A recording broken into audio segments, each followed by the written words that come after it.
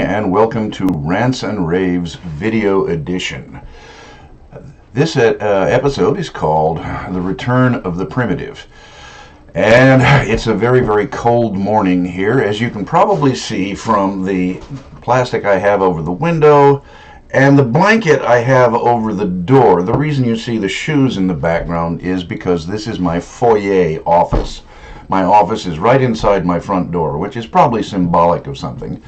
The blanket is over the door because the weather stripping came off, and when the weather is good, I'm going to repair it. I'm also going to do some other repairs around the inside of my house because it's my house. I keep it up. I maintain it. And that brings us to the subject of this episode, the return of the primitive. I'll get around to it, don't you worry. Alrighty.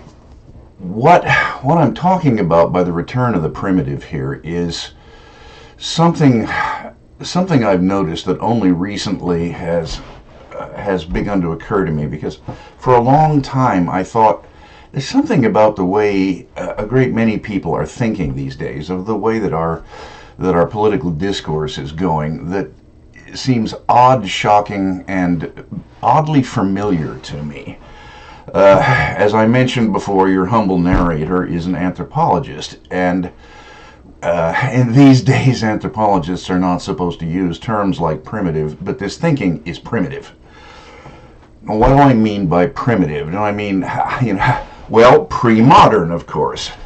Pre our weird society. And one of the things that people don't get, the concept that is lacking when you're talking to people about certain subjects, is that we are a weird society. Western, educated, industrialized, rich, and democratic. That in fact our society, in terms of the history of human society and in terms of a great many contemporary human societies, is very atypical. I got an insight into this when I was having a conversation with a gentleman, a chance-met acquaintance there, who was a former small-town police chief, and then after his retirement, he had a rather interesting retirement. He went to places like Liberia, where he worked in security. He's currently working in security in a rather sedate sort of job after his wife told him, "No, if you take that Iraq contract, I won't be here when you get back." And he went, "Okay, honey." He told me a story of when he was working in Liberia, when they got called out to an accidental drowning in a village. Now, okay, as a reporter, I've covered this, and as I've said before, journalists and cops have this relationship which is adversarial, but with the better journalist, it's often kind of it's like we often don't like each other, but on the other hand, we're sometimes speaking the same language. In this case, because I'm fairly well traveled, we talk with the familiarity of instant old friends about this, that there are places where people don't think like we do. Now, I have covered accidental drownings before, and accidents and tragic deaths, and I've taken some heat for being too intrusive on some things. But, what do? You go, you get the story, you get the details, you get pictures, you wonder, okay, am I going to take that picture? People get mad at you for taking pictures sometimes. In this age, we're a little more squeamish. A few generations ago, newspapers routinely published pictures that that people would go ballistic over now. But what do you think he was doing there? Well, what he was doing was, he and his team were trying to convince the other villagers that this was not anybody's fault, that this was an entirely accidental drowning, because in that particular culture, like a great many cultures in the pre-modern world, they do not believe in natural death. They don't believe in natural catastrophe. If something happens, it has to be someone's fault. And they were about to take it out on the most vulnerable and unpopular villagers. They spent the whole day trying to get this sorted out, and the fact is they don't know what happened after they left. So What does this tell us about the primitive? Well, odd ideas of causation. When something happens, something bad happens, or there is a bad existing condition, it has to be someone's fault. Now, oh, oh, you poor unsophisticated savages, you. Yeah, I saw a meme recently that said so and so many people die every year because they don't have health insurance. That's bullshit. Nobody dies because they don't have health insurance. You inhuman monster, I hear you say. You don't want anybody to have health insurance. You want everybody to die. Nobody dies from not having health insurance. They die from natural causes. Now, the death may be preventable. Oh, you're splitting hairs. Yes, the death may be preventable, but lack of health insurance is not a cause of death. Cancer is a cause of death. Accident trauma is a cause of death. Lots of things are causes of death, but lack of a piece of paper saying that somebody else will pay for this in the event is not a cause of death. Now, why am I splitting hairs about that? Because they didn't, as I said, the meme didn't say there are so many preventable deaths a year. They said, and people uncritically accepted, lack of health insurance is a cause of death. Okay, and it's someone's fault. Alright, so what do we have here in our society? What are we seeing here? Well, we're seeing things like odd ideas about causation. We're seeing the detestable principle of collective responsibility coming back. Now, that is pre-modern or early modern, the notion of collective responsibility. The Tsars use this, the communists use this. If your village does not make its grain quota, your village will be wiped off the map. Everyone will be killed. Collective responsibility and hereditary guilt, which gets into white privilege. How come some people, some minorities, women, whatever, how come, they're in a really bad situation, whatever? Well, it's because of white people. All of them. Every last one of them. How many people are you seeing breast beating because, oh my God, I'm white, therefore I am guilty, therefore I have unearned privilege? By the way, ask somebody who lives with a felony record, for example, how privileged he feels because of the color of his skin. Yes, it might be different if he happened to superficially resemble a class of people whose crime statistics are through the roof, but no, yeah. Rape culture, same thing. Causation, an odd idea of causation. Sexism, sexism as a notion of gender roles as a cultural concept, gender roles. All of them have to do with very, very odd ideas of causation. And in fact, what kind of causation? Well, invisible forces that only special people can see that affect outcomes and in fact determine your fate. We'll take the example of the idea of gender roles as a cultural concept here. The notion that the notion that girls like to play with dolls, boys like to play with guns, trucks, things like that. The different kinds of toys and such. The fact is, some years ago, feminists started saying, well, it's because their parents picked them for them.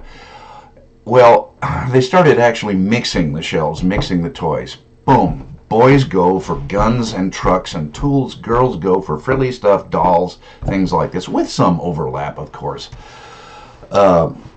So they said, okay, well, it's it's the parents that are picking them, and if you put them on the child's eye level, they'd go for them. Nope, didn't happen. Boys go for cars, guns, trucks, but and girls go for dolls, things considered stereotypically feminine. But nonetheless, they're still insisting that there are subtle forces that are forcing boys and girls into these gender roles in each and every human society known. So, invisible forces that only special people, gifted with a particular insight can see, that determine other people's destiny. Witchcraft! It's freaking witchcraft, folks. This is magical thinking. Hate speech. The idea that words hurt people. I mean, as in not just their feelings, but literally hurt people. If you've seen the expansion of the idea of hate speech, if I call you racial epithet, you dirty feldsparian, all you feldsparians are awful, yeah, right. Well, if I were a feldsparian, I would feel probably pretty pissed off about it. On the other hand, I might be amused, depending on the level of my cultural confidence. I always thought I'd arrived in at a long ago conflict when some of my family were involved in the clan societies. Not the clan, but the clan. The clan McNabb Society. In fact, when which is the clan of my Scottish ancestors, when somebody started going about those Browns. They're not really Scottish. They're Irish, aren't they? Well, yes, we're Irish too. I thought it was dreadfully amusing. Of course, on the other hand, if I'd been a white guy in the antebellum South, and somebody said, "Those Browns, ain't they got a touch of the tar brush?" Yeah, that might have been a different thing. That could have been social death back then. But yeah, but the idea that words hurt. What's for those of you who've ever looked into what magic is and what the principles of that is a magic. One of the principles is the word is the thing. The name is the thing. That once you have the name, this is why some primitive societies, you have a name you were given at birth that you conceal forever, and you're known through your life by a nickname, actually a series of nicknames like that. And your true name you keep to yourself, because if somebody knows your true name, they can curse you, they can kill you. As a collective responsibility, hereditary guilt, and something in anthropology we call the image of limited good, which is common to peasant societies. The notion that life is a zero-sum game, that there is only a certain amount of wealth in the world, and if it's not evenly distributed, then somebody is taking it, literally taking it from you. This is why in peasant societies, and you'll see this in a great many places south of our border and in the southern Mediterranean, the Arabic world and such, where they build a house, the house will be almost like a fortress. The outside walls will not have any windows facing the street, or there'll be a wall, even if the wall is only a few feet on one side from the side of the house, rather than just connect the wall to the house and have some windows. The inside, they might fix up the inside very, very nicely, but the outside will always be blank. They will never ostentatiously show their wealth from the outside. That was the condition of a great many apartment buildings that I saw when I first went to Poland immediately after the collapse of communism. And I do not believe this is a coincidence, because the image of limited good is reflected in modern socialism today, I believe. That in Poland you would go into an apartment building, and the public spaces would be very badly kept and filthy. And you'd cross the threshold into somebody's apartment, and it would be beautiful. They had fixed it up, maintained it. Again, their wealth, their comforts, everything that they valued, they kept inside and very private. And in fact, one of the things you could see, the startling things, in the transition after the collapse of communism, after they abandoned a command economy, socialism if you will, was the public spaces started improving. The public spaces started becoming cleaner, better maintained. Keep maintenance in mind, what I said about this, my house. So this is reflected today in Jacobinism. How it's been called Jacobinism, I think, a hatred of the rich. And not because they are rich and they're powerful and they exercise undue influence over our politics, or for good or ill, or anything like that, but just because they're rich. They're not paying their fair share. Where have you heard that? The fact is that the affluent to wealthy pay the majority of the taxes. In fact, you could argue that anybody if you've ever seen a chart, and I'm sorry I didn't think to put one up here, the higher up in the income bracket you go, the more of the burden they are assuming. And perhaps this is fair. I mean, to some degree, under the notion that if you have a bigger, more expensive house, you're going to pay more insurance for it.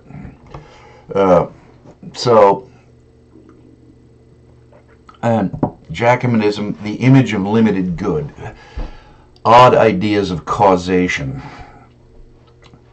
But what I wanted to get up to here, because I want to keep this short, among other reasons, because I haven't really fully developed these ideas yet, and you are welcome to chime in, is maintenance. The notion, this is something everybody who's ever lived in the third world has seen. Eric Hoffer remarked on the idea. The concept of maintenance hardly exists. Now, we think, again, oh, well, that's not me. Is it? Isn't it? Again, when I got to Saudi Arabia is theoretically a very rich country. New stuff everywhere. In fact, I don't know if I ever saw it. The oldest thing, what did I see? I saw an old Nestorian church surrounded by a chain-link fence, and they'd removed the artifacts because people would tend to vandalize it. I saw an old adobe mud brick Turkish fort. Those are the oldest things I saw in the country. Everything else was new, and yet kind of run down. I mean, you could go into a new villa which looked really classy and everything like that, and see something like wires sticking out of the walls and uncapped and uninsulated. I'm told in the early days of the oil wealth that rich sheikhs would buy cars and then run them until the gas ran out. Oh, car broken, get another one. I was told they had to pass a law against abandoning cars. The concept of maintenance, what was that guy, electrical tech I knew, said he'd gone to check a junction box in the desert. He said he had to pry it open with a crowbar because it had never been opened since it had been installed some years before. The notion that, I asked a class once, you're all going to pass the test, right? Oh, inshallah, teacher. And I went, no, inshallah, study, inshallah, if God wills. No, study, you can make this happen. God helps those who help themselves. I think I tried to teach them that, and they looked at me weird. The notion that things not only have to be built, but that building is not a one and done, that it has to be maintained over time. This house I'm living in is nearly 100 years old now, and it's tight, it's nice, it suffers from a lot of less than competent do-it-yourselfing, and it shows in places. But I'll get around to that. I'll fix that as it comes up. Fixing it and preventive maintenance, that kind of thing. The Arkansas Traveler, if you've ever heard the old song, roof leaks. Fix the roof. I can't fix it when the rain's coming down. Okay, well, wait for a sunny day and fix it. Don't leak when it's sunny. That kind of attitude, the idea of that things have to be maintained, and there are societies in which that seems to be, in very large areas, almost entirely missing. It's not in their mental world. Well, we, of course, are far more sophisticated than that. On the other hand, how many marriages fall apart because people don't really realize that they have to be maintained? Um, how many tragic child deaths have there been? Because I covered one and it damn near killed me. There of a couple that had starved a baby to death, and on the stand as he was sentenced, the guy said, "Well, I just thought common sense would help me be a dad." Yeah, like if you don't feed them, they die. Uh, I went home. Hugged my little girl, and bawled like a baby.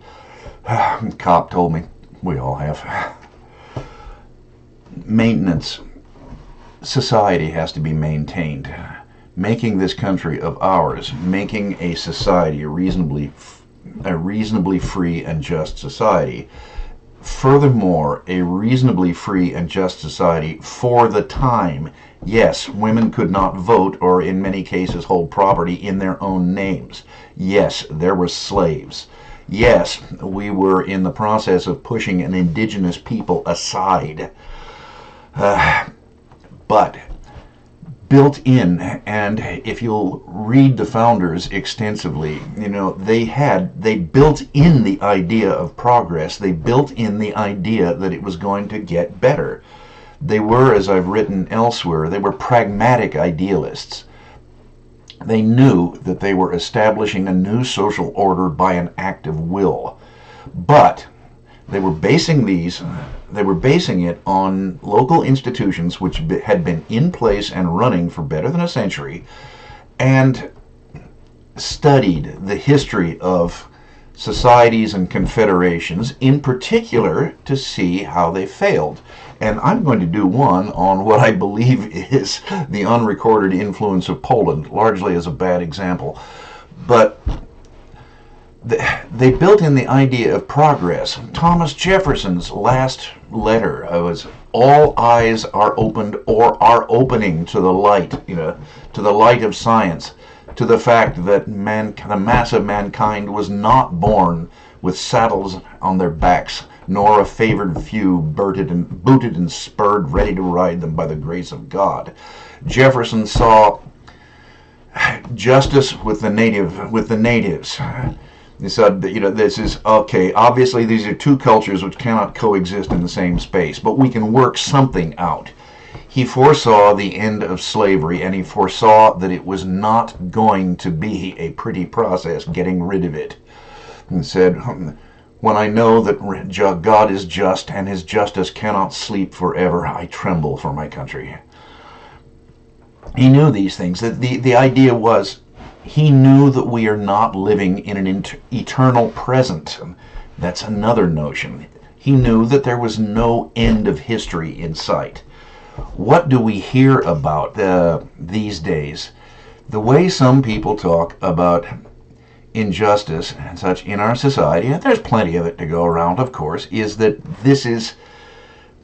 there has been no progress, that this is an eternal present, but they nonetheless see a point in the future where it's all going to go bing and magically be the end of history. That's another point, the personification of history. We're starting to hear that shit about, being on the right side of history, and everybody is guilty of that to some extent.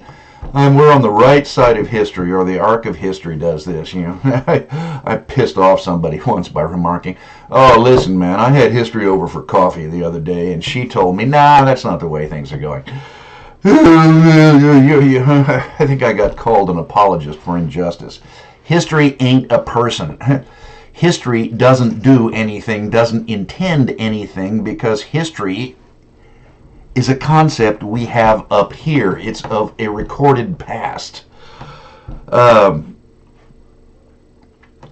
notion, what I was getting around to with maintenance, they don't have the notion that ground we have achieved. One, some of them, some people claim that basically there has been no ground achieved, that they see America as being irredeemably racist, genocidal, this, that, like there hasn't been any progress at all.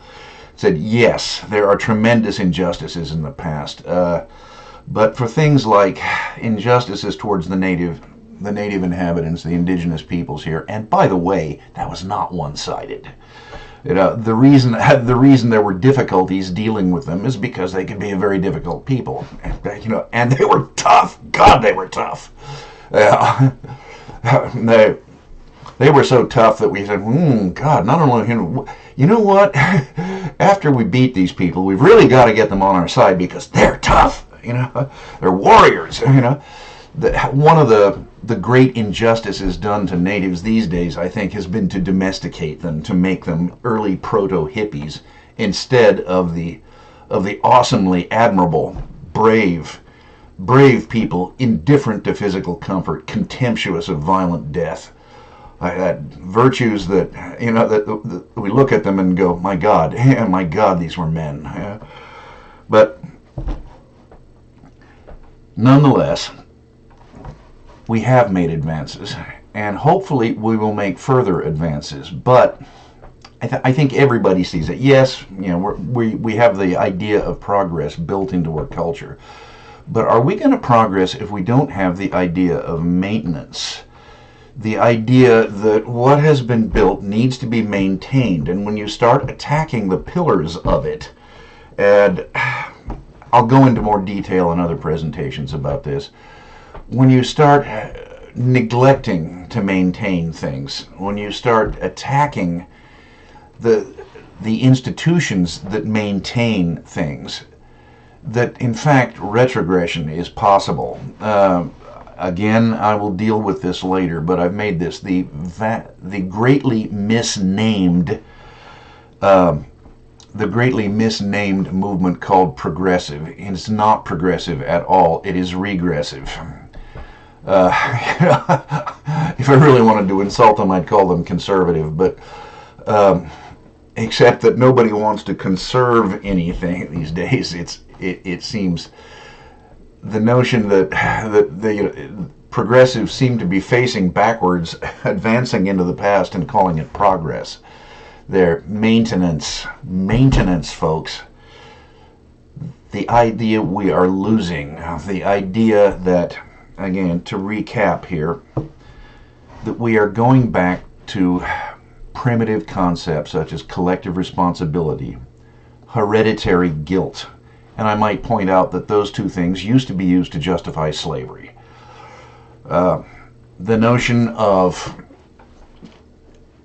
culture, rape culture, white privilege culture, whatever, the notion of invisible forces controlling our destiny.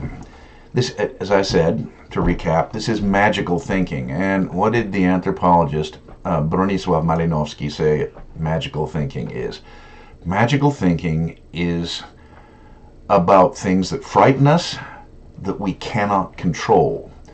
Magic is about stuff we can't control. So we invent things. We invent word magic things. We invent labels to describe what the causation, and labels which are fantasy. It's a word put on something that, on a causative factor we just don't comprehend or don't wish to comprehend.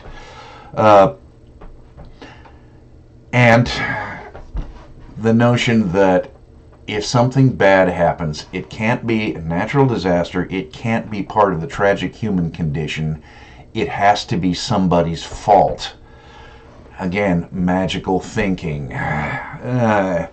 We are advancing into the primitive and calling it progress. So, on this very cold morning, thank you very much, and good day.